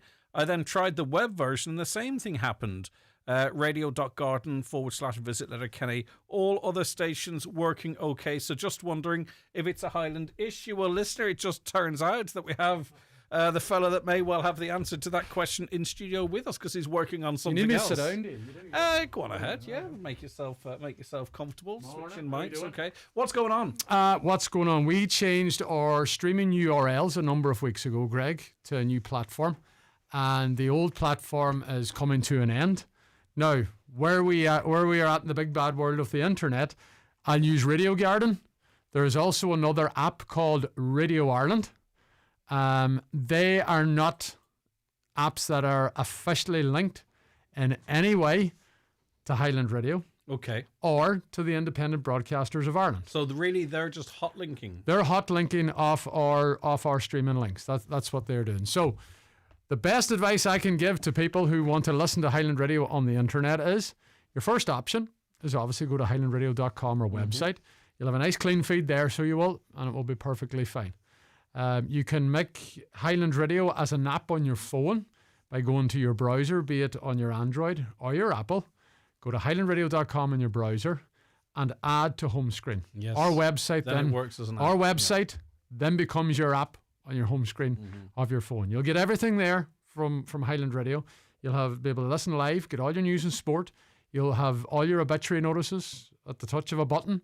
Plus you'll have details of all our trips and promotions. And everything is going to be there. And that's how you make our website an app. Yeah, when that website was designed, it was designed as a web app. As a web app, in other words, it functions... Arguably, it probably functions better on a mobile than a desktop because that's the way it does. You do that. Most of the traffic, it's known that comes through. But comes also, through we are 45,000 people out there have favoured us on TuneIn. TuneIn, who again, I will rephrase this, Greg, are not officially associated with Highland Radio. But they're running ads before our streams, the buggers. Yes, well, they're running ads. Right, and who's getting the money from the ads? Not us. Not us. Okay. So it's not us. But there is a radio player. It's called Radio Player. It's got a red background in the logo with an R. That is an official app in which the Independent Broadcasters of Ireland and Highland Radio are part of. Radio Player is massive in the UK. All the Irish stations jumped on board a number of years ago. That is an official link to Highland Radio. So download if you want a radio app, if you want a reliable radio app, and you're not going to go on official updated that links. gets our official updated links. That's not going to drain you of ads all the time, like what TuneIn is going to do, or to that extent, Radio Garden, who have placement ads on their app. They're getting paid for that. We're not. They're lifting it. They're not. I've seen some of the nationals, and maybe it's the Bauer stations talking about moving to another app. Bauer are pulling everything all into their own app. Their own app. Okay. Their own app. And like Bauer are a huge media outfit in Ireland. Huge. So what they're doing is they're getting all their stations in Ireland, and they're going to take all their stations in the UK, and they're all going to put them in one place. Yeah. And if you want to listen to any of their stations, that's where you're going to have to go. But that's their own endeavour. Yeah, which is fair enough. But from Highland's point of view, yes, there's changes to how we do our streaming and the links that we use. Go to highlandradio.com. You get everything there, or use the Radio But Player effectively, app. what Oisín's saying is the radio dodgy boxers, right? Yeah. I don't mean that bad. It's not going to get me into trouble. Who effectively strip links. Yeah. There's lots of them. They haven't updated their links yet, and that's why you're getting this loop, because that's the last time the link was active. That's which was last week. This is a really important thing just to re-emphasize. The Highland Radio website is an actual app. So Apple or Android devices, you open the web page, it's 3 dots or whichever. That's in the top corner, Android, bottom corner, right? yeah. You add it to your home screen. Add it to home screen, and it is an app. So you might go, well, where's Highland Radio's app? That is an app. That is an app. That is it. That's the best way to do it. Does he know how to get Google speakers to you, Highland Direct, instead of TuneIn? Now, yeah, this is back to the TuneIn thing again. I do believe TuneIn have changed the link. It's understood. No, it's fine. We only listen to Highland Radio at home on the speakers. It's working fine. But what I might actually do, just in case, I might actually explore that myself a little bit off air, in case there's another app in Google Home you can connect your radio services to. You can go into the back end of Google Home. You can go into the back end of your Alexa on the app. You can, like, we have an Alexa skill. Alexa, play Highland Radio. Okay, right. So no, but listen, hear me out. Hang on a second. It's good. Hear me out. Yeah. That we have an Alexa skill. Yes. Right. Something that we pay for. How do you set it up? Okay. It's set up by a company, and it's to do. No. How do you set it up on your speaker? Oh, how do you set up the speaker? Right. Okay. Well, the company has provided this for us. Okay. We got this made. All right. So we had to do this because listeners in the UK a number of years ago, be it in Northern Ireland or be it elsewhere in the UK, couldn't get Highland Radio and TuneIn anymore. And the reason for it was there was this massive court case in England to do with rights, and there was a lot of big, I suppose, companies involved, Sony's, Warner's, all these sorts of people. So TuneIn went, right, okay, no Irish stations are allowed here. But if we wanted to get us into Alexa in the environment of Northern Ireland and elsewhere, this is what we had to do. That works in the Republic of Ireland as well. But the problem is, Alexa, for some reason in the Republic of Ireland, likes tuning. Okay. And that's set as a default. Okay. So you have to go into your Alexa. It can be a bit complicated. Go into your Alexa, change your media source, turn off the tuning, let it work away. You say, Alexa, play Highland Radio. It is perfectly fine. So you don't have to set up the skill before that works. No, or you can say to Alexa, enable radio player. That's it. That's what Alexa, play Highland Radio, off radio player. Next thing, that's set as your default. Yeah, so in other words, you only have to say that. Sorry, by the way, for all of your speakers going off, just in case Google's feeling left out. Hey, Google. Okay, that's fine. Right, so a caller says, I use the Radio Ireland app and it's stuck on the same loop. Same thing again. Same thing as Radio Garden. Yeah. It is an app that is not officially affiliated in any way to any radio station, including Highland Radio. So just to be clear, what those apps have done, they've pulled the links off all the radio stations, they've put them in the one place, and then they sell ads based on you going there and visiting there. What we've had to do, we had to change our URLs, our links. They haven't updated it, and that's why you're getting that loop. And it's kind of quite damaging because, you know, if 600 people listen to us daily, using those apps, they might think it's our fault that this loop is happening, you know, and then whatever. It's also, I saw the stats, it's really quite interesting. 15% of people now are listening to the radio on smart speakers or phones. And I think it's bigger in the Northwest here because of I think more of our listeners, but we've a massive amount of polls for live streams, don't we? We do.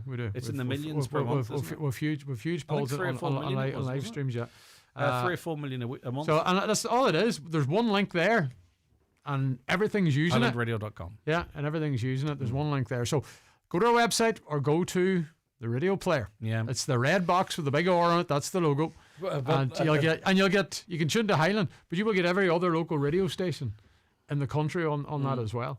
So you can, Greg. So that's the best port of call. I have enough competition and problems without you giving people opportunities. When I seen the messages coming through this morning about that they use these apps that have no link so just to recap whatsoever. So it's absolutely clear, and you're making it clear, but sometimes there's a lot of info in it. Sometimes the information becomes important after it's been said. So the official way whereby our links are supplied, they're very sound. Obviously, HighlandRadio.com on your Apple or Android device. Save that to your home screen. It is an app, right? The other official sort of group that we're associated with is the ABI, who are linked up with Radio Player. Radio Player. Okay. You go to Radio Player, and there's an official connection with Highland Radio and the Radio Player. When you put in Radio Player, it's the one that has the red background. I'm gonna actually change it on the website this morning, and all the details about listening in will be on our Listen Live and do you know section. what? Maybe we should use our socials and on air just to give people this information and options, seeing as we have it. So it's been a very worthwhile conversation. It has, because some people will be annoyed this morning that their Radio Garden or few people are saying, why aren't we playing games in McCool Park? Not getting. Listen, I know. Listen, I'm not getting. There's a lot of talk about it, but it's about the pitch. It's the condition of the pitch. Now there is grass on the pitch. Understand, Bob? I haven't seen it. The pitch was changed, was it? The pitch was relayed last year. Now the amount of rain that we have had over the last couple of months, it seems to be that this championship opener game, as things stand, is going to be played at the O'Donnell Park in Letterkenny, because what's happening with Balbuffet, there's all sorts of stories going. Nobody's come out officially from McCool's club yet to say, no, listen, the pitch will be ready at a certain date. This is just media talk at the moment. And yes, Jim McGuinness did comment on it a couple of times over the last number of weeks, but that pitch in McCool Park has to be 100% of it's going to be used next year. 100%. Yeah. So there's pitches around the country. I'll use McKeel Park and Castlebar as an example. Came back too early. They wouldn't play a bloody rugby match on it. So just to be clear, the pitch was laid last year. Obviously, weather and everything's a factor. If we start playing football matches on it, it never gets a chance to fully bed in, and that resurfacing work could be lost because the pitch could be. Like if that pitch is not supposed to be playable until, say, July or August or September, and you're going playing a match on it in April, May time, like you're only going to cause damage to it. You're only going to cause damage to players, because I've seen football matches on relayed pitches. It wasn't GEA before, and the grass skids off in a different way too. Do you know, with the tight turn? Yes, listen, there's that as well. But the whole thing is take care of the pitch before you play your first game on it, and make sure. Now, I might be wrong. McCool Park on the end of November or the end of, April might be 100% playable. I don't know. Nobody actually has come out and said that, be it the McCool's Club, be it the contractor. But you know who might end up having the shout on that is the contractor. They might exactly, say, look, exactly. If but you want listen, to it's something. Play this game, but it's something for supporters to talk about. It's something, obviously, that the media want to talk about and have a couple of pages to fill and throwing the story out there. But we wait to see, Greg. We wait to see. Oisin and Greg, I send WhatsApps all the time to Highland. Recently, when my messages are read, they don't come up with blue ticks. Why is this? I have the Highland app on my iPhone. Well, Greg doesn't want to talk to you. No, because do you know what? If your message is short enough, sometimes it can be read out without it being opened, and it literally is down to that. So we're not ignoring you. Yeah, exactly. Not every WhatsApp has to be open. So if it says, please say hi to Oisin. I know people that you see that don't actually open their WhatsApp. They read it off in notifications on the phone. Yeah. So that's kind of, we see WhatsApp the same way you do. We don't have some. So in other words, you might get a WhatsApp say, please tell Greg to shut up. We can read that, and the presenter might not even have to. You get that often. So, well, do you know what? I'll be honest with you. I've been feeling a bit of love lately. If I'm being completely honest. Why is that? So, I'm trying to figure it out. Why is that? Why is that? I don't know, but I have. So did your pancakes today? What is the thing with pancakes? Right? Do people do it anymore? Oh, they do. Surely we had them this morning before school. I didn't even know it was Pancake Tuesday until today. Today's Pancake Tuesday. Yeah, I don't know. I just think things are changing. I hope it's not lost. A caller says, I've now put the radio player app on my phone and it's working perfectly. See, there you go. That's a testimony from a listener. Okay. And it's in the app stores, right? Yeah. Okay. Radio player, you said it's got a red background? It's a red background with an R on it, an R logo on it, and that's the one that's very reliable streams, less ads. If there are ads, it's going to where you hope it might be going to. Because you have to remember, folks, that we are... Like there is a certain app out there at the minute, when you say play Highland Radio and it plays it off it, you will get 3 ads before it. That's tuning. Yeah. And it ain't us. I know. And it ain't us. And then what happens is it cuts in midway through a sentence. Yeah.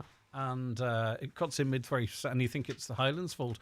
Good to know. I have Radio Ireland. You can see why most of the radio stations have disappeared from the Sky EPG. I actually thought it was Brexit. Please put up the details on your website how to get your station on Alexa. We'll do that. We'll get all that today. It's quite expensive for your radio station to be on Sky as well, and I think people kind of thought that might have been the future, but now obviously you can even watch this program on your Fire Stick or your smart TV, so there's no need for it to listen to it and get screen burn on your Sky box. So it's more to do with that, I think, as well as sort of international rights, etc. All right, okay, listen, thank you. See Midwest Radio with a big announcement coming in March. Did you see that? Seen that yet? Why are we talking about Midwest? I have no idea. I don't know. They're Brendan. One plug in the app. See what's going on. Brendan Nugent. Yeah. He's some character. He'll love it. He's getting mentioned in Highland. Brendan Anyway, well, let them worry about their big announcement, Greg. I know, but I like radio. I'm curious. It's not going to affect us. It might be something like us. Maybe there might be a wee schedule change coming or so. I don't know. The phrase it the way they would. Anyway, if anyone's got any insights or Paul Claffey on speed dial, let us know. She doesn't care. I'm just nosy. I'm going to fix this printer. Yeah, fix that printer. 086 60 25,000. Your WhatsApps and texts. Give us a call on 074 91 25,000. Community Garda Information just around the corner. It's time for Vision Ireland Bingo on Highland Radio. It's Tuesday the 17th of February. You're playing on the brown sheet for the daily prize of €400. The reference number is S17. It's game number 8. The numbers are 76, 73, 31, 33, 60, 27, 51, 87, 13, and finally 8.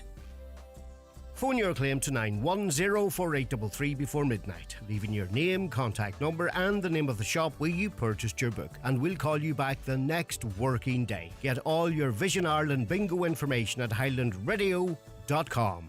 Nutrius XL Yo with Lamb and Nutrius Yo with Lamb Crunch are both formulated to ensure a vigorous lamb and excellent milk yield. Avail of our lambing season offer: 25 kg bags, buy 10 get 1 free, and €15 off per tonne in bulk. Available at your local Homeland store, or contact your farm commercial specialist. Visit nutrius.ie for full nutritional information. Here at Braden's House Home Interiors, we would like to turn your house into a home this year. We have a wide range of furniture and flooring for all your needs in both our Moville store and our Bridgend store. We offer a free delivery service to the whole Northwest, and we won't be beaten on price. Both stores have easy parking. So for all your quality furniture and flooring at a great price, call into Braden's Furniture Moville or Bridgend now. If you're feeling unwell, Clinic 45 is open in Letterkenny and now Bridgend, providing expert care with a wide range of medical services including blood tests, vaccines, minor injuries and prescriptions. Consultations are just €45. Clinic 45 open Monday to Friday in Fort Retail Park, Letterkenny, opposite the new Duns, and now also in Bridgend. No appointment needed. See clinic45.ie. Derry comedy star Max Roddy brings Peter Pan, the tour that never grew up, to Angrinan Theatre, Letterkenny. A fast-paced, high-energy night of stand-up from one of Ireland's fastest rising talents. Filmed live for YouTube, expect big laughs, raw stories, and a show that never quite grows up. Friday, May 1st, Angrinan Theatre. Grab your tickets now.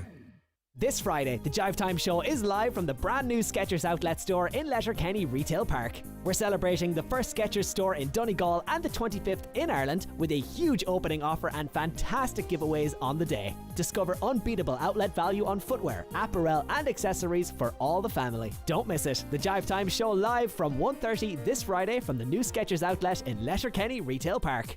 The Greg Hughes Show with Letterkenny Credit Union, offering flexible mortgages up to €600,000 with no hidden fees or charges. Whether you're buying your dream home or thinking of switching your mortgage, make the move to your local, trusted credit union. Learn more at letterkennycu.ie. Now, I just want to say one thing before I fire this jingle.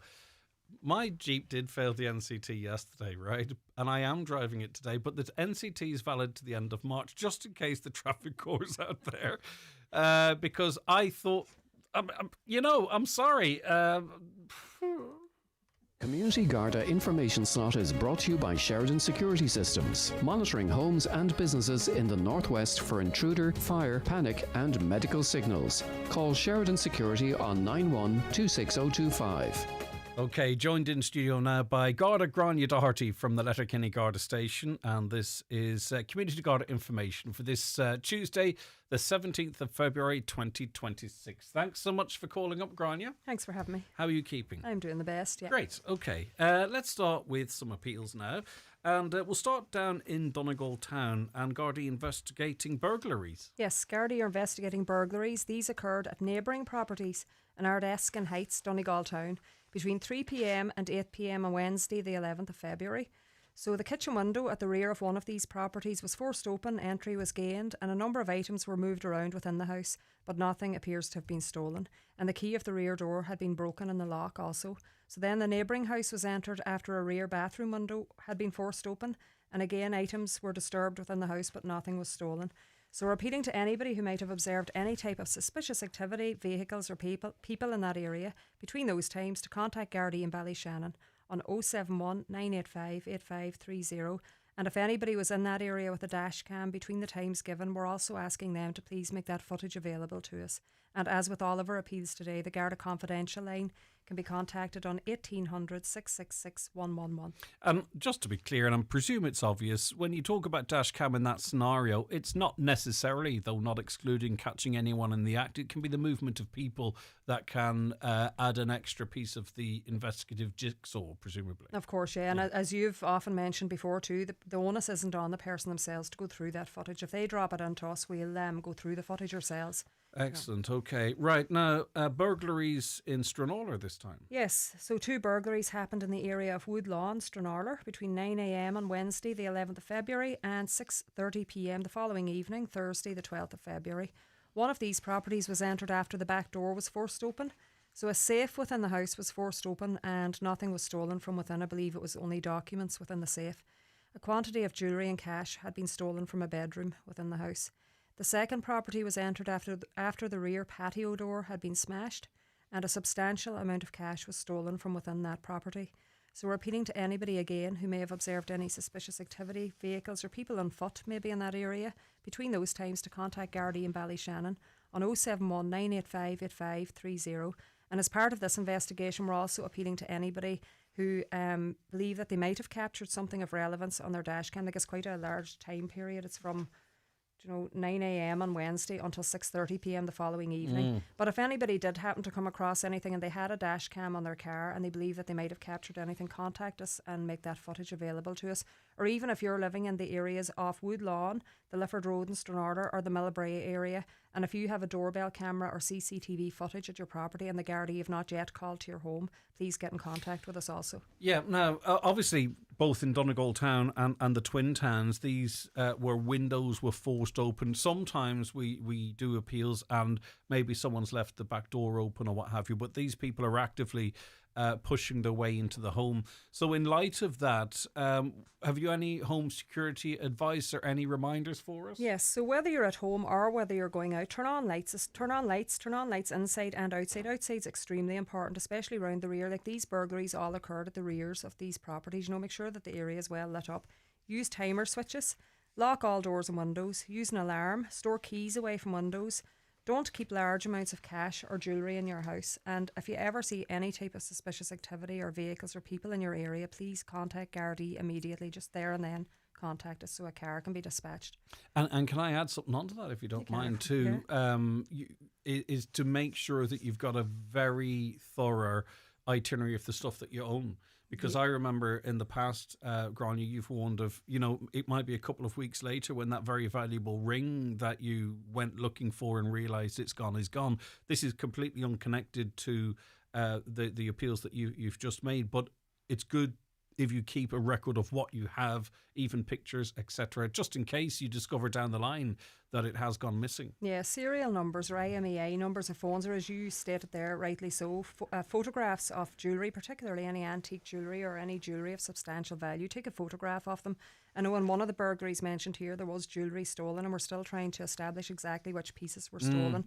Because it can be hard to, it might sound like a strange thing, surely you'd know what you have, but you'd be surprised that, when one thing is missing, you don't realise it until you go looking for it. Exactly. And you know what? It's a good idea. When people are listening now today, do it today. Take a photograph of anything that you have of value in the house. And a safe also. I know the safe in this instance was forced open and it was actually bolted to the wall. But do keep a safe in your house if possible and keep it in a hidden location if you have large amounts of jewellery or anything of value that you want to keep secure. Yeah, which it can extend to passports and stuff as well. You've got somewhere where you can keep these items that have a value that's not really necessarily a value to someone else. Okay, an appeal now in relation to a burglary at a business premises in Buncrana. Yes, this burglary happened at a business premises in the area of Umracam, Buncrana, between 6:30 p.m. on Friday the 13th of February and the following morning at 8 a.m, Saturday the 14th of February. So a shed at this business premises was entered and a large quantity of tools and scrap metal were stolen from within. So the items stolen were 20 copper cylinders, 20 catalytic converters, a quantity of copper, offcuts and wire, 3 to 4 kg of brass, a Makita impact drill, a Makita grinder and a steel consaw. So we're appealing to anybody who might have been in that area between those times again with the dash cam. The dash cam footage is always invaluable to us. Please make that footage available to Gardaí. Any relevant information in relation to these stolen goods, should you come across any of these types of items for sale on a second-hand basis, please alert Gardaí. Or any relevant information in relation to this incident, contact Gardaí in Buncrana on 9320540. Okay, not the first time we've had an appeal in relation to the theft of an e-scooter in and around Letterkenny. Grania, what's the nature of this appeal? No, we've had a number of these types of incidents in recent weeks, unfortunately. So Gardaí are investigating the theft of a grey Segway 9-bot e-scooter from the front of Letterkenny University Hospital on Wednesday the 11th of February. This happened shortly after 10:50 a.m. So CCTV has been viewed and a boy who is aged in his early teens with brown hair and he was wearing a blue hoodie, he can be seen on the footage taking the scooter from the bike stand near the front door of the hospital, and then he made his way to the front gate of the hospital on it. So we're appealing to anybody who might have observed this teenager on the scooter in that area or captured him on their dash cam footage to please contact Gardaí in Letterkenny on 9167100. And just in light of this and recent similar incidents, we're urging the public, please always look, whether it's a bike or an e-scooter, lock it. If it's going to be left unattended, secure it and lock it up. Yeah, and maybe someone landed home with a scooter and a story as well. So this is a young lad, early teens, brown hair, wearing a blue hoodie.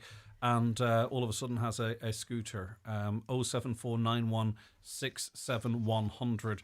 An appeal now in relation to a recent road traffic collision in Burt. Yes, this was a two-vehicle road traffic collision, happened on Sunday the 15th of February in around 3:15 p.m. on the N13 at Spinogue, Burt, just near the hotel there, the turn-off for Angrain and Fort. So the driver and 3 passengers of one of these vehicles and the driver of the second vehicle, they all received medical attention at the scene. 3 of those involved in the collision then were transported onwards to hospital to receive medical treatment for injuries which are not believed to be life-threatening in nature. We're appealing to any motorists who might have travelled along that route, that main road beside Angrain and Theatre, or Angrain and Hotel, between 3 p.m. and 3:30 p.m. with a dash cam. Please make that footage available to us. And if anybody witnessed the incident that Gardaí were not made aware of at the scene, we're asking them to contact Gardaí in Buncrana on 932 0540. Yeah, and it's just on that point. It's very useful in terms of getting information out there. But often I'd be contacted by people who either come on the scene or witness this collision, and I always encouraging them to please pass on that info to the guards as well. Yeah, and sometimes there are witnesses at the scene when Gardaí arrive, but it's totally possible that somebody witnessed this and then left the area that Gardaí have not been made aware of. And in that moment as well. You don't really know the full extent. The emergency services respond as if it's a multi-fatality collision. There's a lot going on. So it's very hard for guards and everyone to be across everything in that moment in time. Right. Revolut scam alert. Yeah, look, there's that many scams. You could be here for a month discussing all the different types of scams, but we have been made aware in recent days. To 11. We got to, well, I'll not be talking about them till 11, don't worry. 12. Yeah. No, so this is a recent one, and I know, look, we have talked about this type of scam before from Revolut, but members of the public have been contacting us within the last few days to say that they've been receiving calls from a person they're purporting to call on behalf of Revolut. They might say there was suspicious activity in your account or that there was an attempt made to purchase goods, and they ask you to verify that transaction, and they then try to obtain your personal account details to try and fix this issue, or they might ask you to transfer your funds to a new account that they claim is safe. So in some instances, they call out the first few digits off your Revolut card to you, and then they ask you to provide the remaining numbers off the card to them. And scammers will often, as with any scam, they try and create a sense of urgency and panic, within you, and try and get you to hand over details that you wouldn't ordinarily provide to them. So Revolut will never call you out of the blue. Genuine support calls happen through their app, the in-app chat, and they confirm that call in advance with you. They won't ever ask you to make any payments. They won't ask you to share any verification, PIN numbers, passwords or security codes over the phone. Hang up immediately if a call is unexpected and report it via the Revolut app. So if you have already fallen victim to this scam, if you've shared information or if you've already made a monetary transfer, stop all communication with the scammer, secure your account, freeze your card in the app, the Revolut app, report the fraudulent transaction in the app, and contact Revolut support via the app also for assistance and report the matter to Gardaí.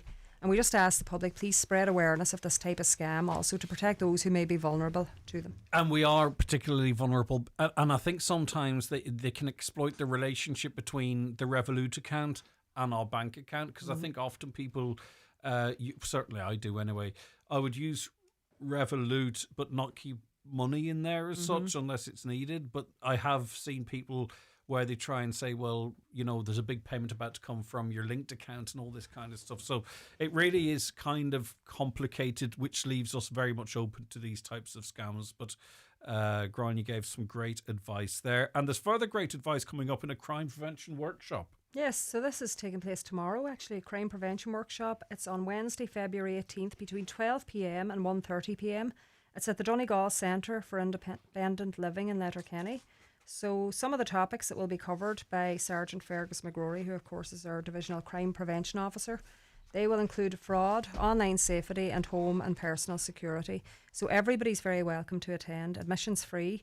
Anybody wishing to attend is asked to confirm their attendance by contacting DCAL on 074 9128 945 or by emailing dcal@donegalcal.com to book their place. The details are up on our Facebook page there and on the DCAL Facebook page. And we'd like to thank just everybody at DCAL for facilitating this workshop and for so generously opening their doors to the public also. This event will be very beneficial for people of all ages, and we're encouraging as many as possible to attend. Okay, thank you very much indeed, Garda Grania Doherty. That was Community Garda information for you this week. It'll be up and available for you to listen back to on our website and on our socials if you want to watch back, and back live for you just after the 10 o'clock news next Tuesday. Actually, Grania, just before you go, a quick question came in from a listener, and it reads as follows. Hi, Grania. I recently got my 09 X-Trail NCT'd. Now, what are you laughing at? I think I know who that's called. No, listen, can I just read it out? Unfortunately, there were a couple of issues which need to be fixed. However, my NCT, the current NCT, doesn't actually expire until the end of March. So what's the situation for that listener? Well, I would say if your car is not, Jeep or van is not in a roadworthy condition, then it shouldn't be on the roads. Okay, even if the current NCT is valid? Well, I suppose if the NCT Centre recently declared it not roadworthy, then it shouldn't be on the road, really. Right, okay, that's fine. Well, I'll advise the listener of that and make sure it's not then. Yeah, Thanks very much. Safety first. Of course. No one wants to risk safety. Garda Grania Doherty, thank you very much indeed. Back with more after the break. The Greg Hughes Show with Letterkenny Credit Union, powering your plans with fast digital loans. Apply online or through our app in minutes and get funds straight into your current account. Easy, quick and convenient. And our digital offering perfectly complements the friendly face-to-face service you know and trust. My home is my castle. My sing in the shower place or work in my undies place. My pizza for breakfast, cornflakes for dinner place. My home is my me place. With AXA Home Insurance, you can protect the place where you can truly be yourself and get 24-hour emergency home assistance as standard. Get a quote online or call into your local branch. AXA. Know you can. Policy terms and conditions apply. AXA Insurance stock is regulated by the Central Bank of Ireland. You catch them in the corner of your eye. Distinctive, by design. They move you, even before you drive. The all-electric Cupra Tavascan and Born. Now with flexible PCP finance and an SEAI grant booster to €7,000. Search Cupra and discover our latest offers. Cupra. Design that moves. Finance provided by way of hire purchase agreement from Volkswagen Financial Services Ireland Limited. Subject to lending criteria. Terms and conditions apply. Volkswagen Financial Services Ireland Limited, trading as Cupra Financial Services, is regulated by the Central Bank of Ireland. Your local Cupra dealer is DMG Motors, Clare Road, Donegal Town. Telephone 074 97 21 396. Imagine your wedding at the foot of Errigal Mountain in the heart of Donegal's Gaeltacht. Anchorage Hotel in Gweedore offers elegant spaces, stunning views and every detail planned for your perfect day. Celebrate your love surrounded by Donegal's breathtaking beauty. Your dream wedding awaits at anchoragehotel.com. Vibrant Glasgow awaits. Fly easily from Donegal Airport with Loganair. Book your tickets now at loganair.co.uk and explore all that Glasgow has to offer. Enjoy convenient travel from Donegal to Glasgow with Loganair. David James here. Join me this weekend in the Clanry Hotel for my first annual dancing weekend. Friday night, it's Jimmy Buckley and his band, followed by myself and band with late night entertainment from Shuni Cramsey. Saturday night, it's Conor O'Donnell, Olivia Douglas, Jason McCahill, plus myself and the band with late night entertainment from Conor O'Donnell. Join us then on Sunday afternoon from 3 till 5 p.m. for our family-friendly finale show where under 12s go free. Now, we updated the graphics for those of you who watch the show. Morning, Greg. I love the new graphics on your YouTube channel, but the text moves across painfully slow, in my opinion. Okay, well, give me some feedback. If you're watching, how quickly do you want it to move? Because I didn't want it to go too quick where it became useless. But if you want me to speed it up, slow it down, let me know. You can comment on the stream. Now, yesterday, three Donegal men were charged with sexual assault cases. They were charged, but subsequently convicted.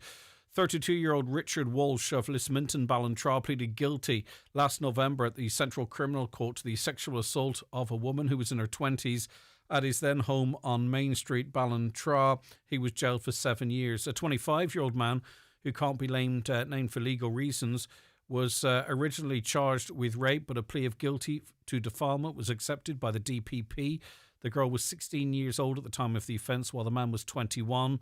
He was sentenced to 2 years and 6 months. and suspended. The final 12 months was suspended.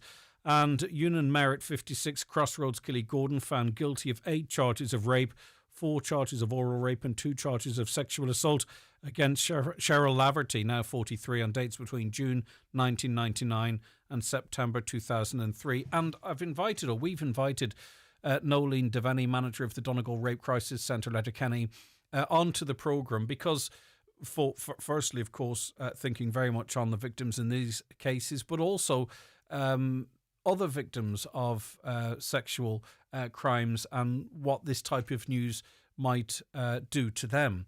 Nolene Devaney, thank you so much for your time. I do appreciate it. Not at all, Greg. It's lovely to be on. I think it's important to note, I suppose, at this time is that there is a lot of people maybe listening who would have experienced sexual violence in the past and maybe haven't come forward for support. It's really important that they know that they can come to our centre and they'll be receiving confidentiality, which means they don't need to necessarily report it to the guards. They can do if they wish. But I think fundamentally what's important here is receiving the support. For some people, it may just be a conversation. For others, it may be the counselling support. And no one says, if you decide to take the legal route, that it's going to be easy. But what yesterday has shown is that you can get justice. You can get the person responsible put away or punished for their crime against you. Yeah, absolutely. And we would always talk about there's 2 types of justice. There's personal justice and then there is going down the legal route. But what we are seeing more and more in the courts is that the cases are going forward, the DPP are prosecuting, and we are getting an end result. Now, in terms of the sentencing, that's a different conversation. But yes, there is an outcome for the person, for the victim, yeah.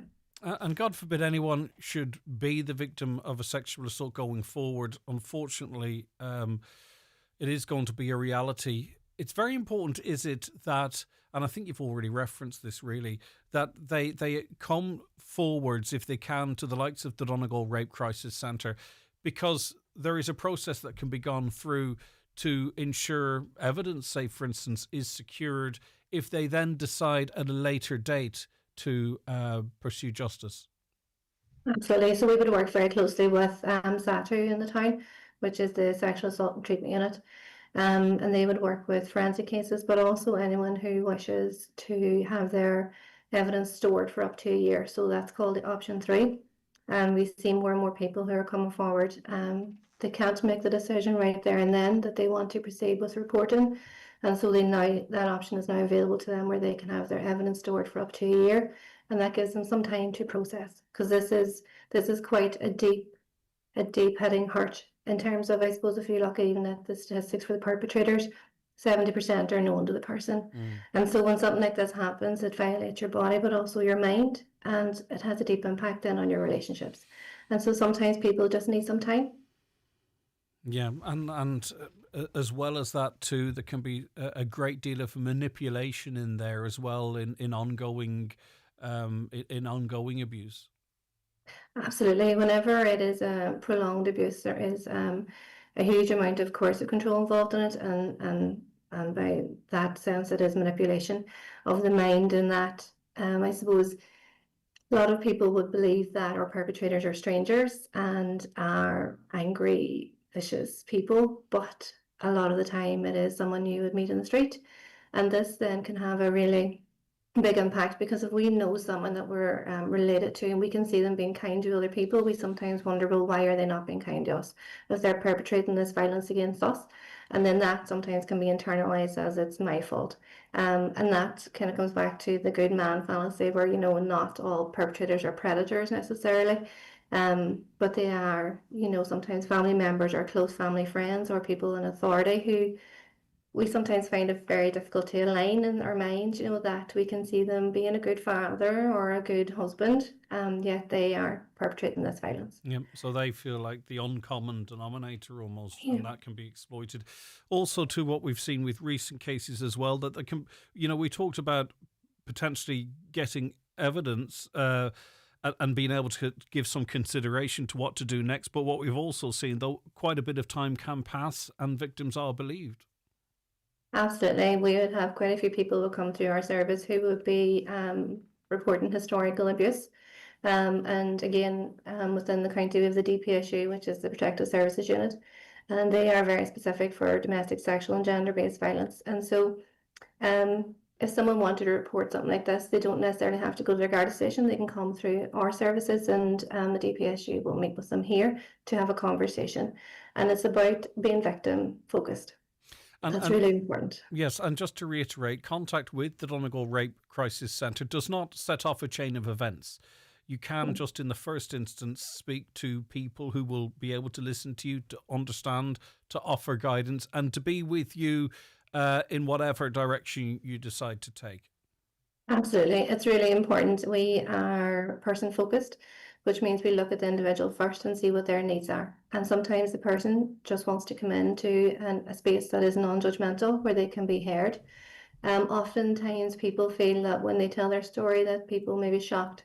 And I suppose what I like to do is reassure people when they come into our service, we have heard lots of stories.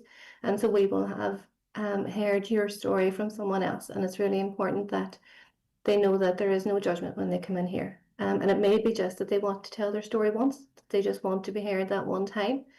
For others, they may want to go down the route of counselling. And counselling is really important. It's not always for the person in the immediate aftermath, but down the line, people find it really useful. Something like this can impact the development of our relationships in future years, or can impact the relationships that we have currently. So what the therapy can do is it can explore that. It can look at different things like coping strategies, how we can cope positively. And it can look at the reconnection and empowerment of the person. So reconnecting with those around us and empowering them to be able to move forward with their lives. All right. The Donegal Rape Crisis Support Helpline, 1800 44 8844. Nolene Devaney, thank you very much for your time this morning. Thanks, Greg. The Greg Hughes Show with Letterkenny Credit Union. New to borrowing or haven't borrowed in a while? Our welcome loan is here for you. Borrow up to €50,000 at just 5.95% APR with no hidden fees ever. Apply online or in branch today at letterkennycu.ie. Brian McCormick Sports. We know Donegal pitches, from wet grass to hard Astro underlights. Right now, save 30, 40 and 50% off Adidas and Puma boots with firm and soft ground options. We don't guess your boots, we fit them. In-store or online at bmcsports.ie. I had problems with my knees for about 7-8 years. I think I'd give Kingsbridge 5 stars just because of the support and help that they gave me before and after the surgery. I was a public patient and the HSE reimbursed the cost. Republic of Ireland residents can get rapid access to cross-border surgeries at Kingsbridge private hospitals in Belfast and Derry, with medical costs reimbursed by the HSE. Find out more at kingsbridgeprivatehospital.com/cross-border. Kingsbridge, your fast track to 5-star care. Terms and conditions apply. At Uisce Éireann, we're upgrading Ireland's water network to ensure a clean, safe and reliable supply for everyone. Sometimes this work can be disruptive. That's why we have a free text alert service providing real-time updates on outages and planned works over 4 hours in your area. So far, over 300,000 people have signed up. Join them and stay informed. Sign up today with your mobile number and air code at water.ie. Uisce Éireann, delivering water services for Ireland. What difference can changing your home heating make? Well, if you switch from oil to Keller gas, it's a bigger difference than you think. Because every new Keller customer gets a blend of our renewable gas, bio-LPG. Works like regular gas but with lower emissions. So now every cosy night in and instant hot shower is that bit cleaner, greener and more sustainable. Switch today and you'll also get a free boiler. Terms and conditions apply. Learn more at kellergas.ie. Keller, the energy that connects us. Highland Radio weather updates with McElhenney's. Looking for the perfect outfit for an upcoming event? We have new occasion wear styles arriving every week. Visit us in Ballybuffet or shop online at mcelhenneys.com.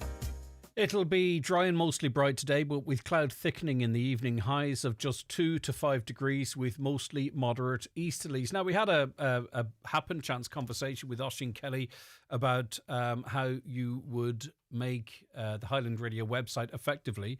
Well, it's not effectively, it actually is an app on your phone, and a few callers asking, how do you do it? Well, if you have an iPhone, open the Safari browser and navigate to highlandradio.com. Tap the share icon at the bottom of the screen. So that's a square with an upward arrow. scroll down the list of options that pop up and tap Add to Home Screen. So you type a name in for the shortcut, which would be Highland or Highland Radio, and tap Add in the top right corner. So open Safari, navigate to highlandradio.com, tap the share icon at the bottom of the screen, that's the square with an upward arrow, scroll down the list of options and tap Add to Home Screen, name it Highland or Highland Radio, and tap Add in the top right corner.